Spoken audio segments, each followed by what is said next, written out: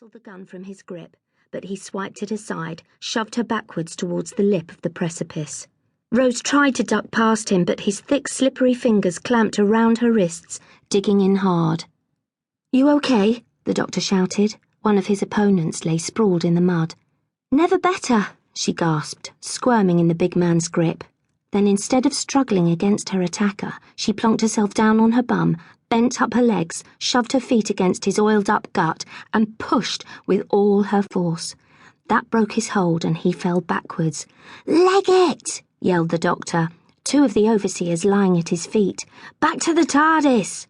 But now, the one who'd whipped her was blocking Rose's way. He lunged for her, and she backed off. It would be okay. The doctor was racing towards them, and the ground started to crumble underfoot.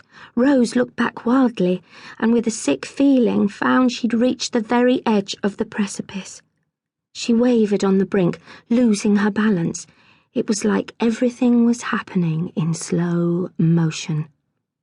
Then a bellow from the guard and the sharp crack of a whip cut through the moment. Her arm burned with a sudden, galvanizing pain. The doctor was holding the other end of the whip, his face frantic. Rose's fingers curled round rough leather as the lip of the ledge gave way beneath her, and she fell. The scream had barely built in her throat before she was pulled up short, dangling from the whipcord. She caught crazy, spiralling glimpses of sheer rock, green sky, of tiny figures on the giant stone anthill far below. "Hold on!" the doctor gasped, thrusting into view over the crumbling precipice. "You too," she told him, her feet flailing for purchase in the side of the mud cliff, trying to pull herself up the length of leather. Low gravity or not, she felt heavy as lead. She focused on the doctor's face. He was helping her. He was going to drag her to safety. Then one of the overseers loomed into view behind him, gun raised. "Look out!" Rose shouted. The doctor didn't turn, kept hauling her up, hands moving mechanically faster and faster. At last her elbows mushed into the soft mud at the precipice's edge, took her weight. His hand clutched her forearm, and he gave her an enormous grin. Then the contact was snatched away. The doctor was dragged to his feet by two of the overseers, and a gun was pressed to the back of his head.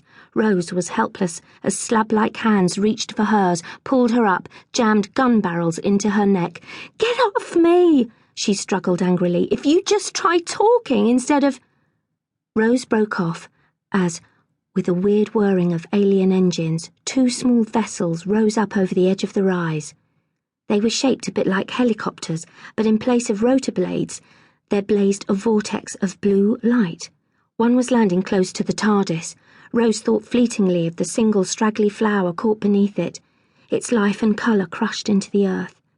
The other craft landed beside her, and the shadow it cast was black and cold. With a sick feeling, Rose found herself being frog-marched towards it. "Doctor!" she yelled. The gun jabbed in her throat as she stared back frantically over her shoulder. "Doctor!"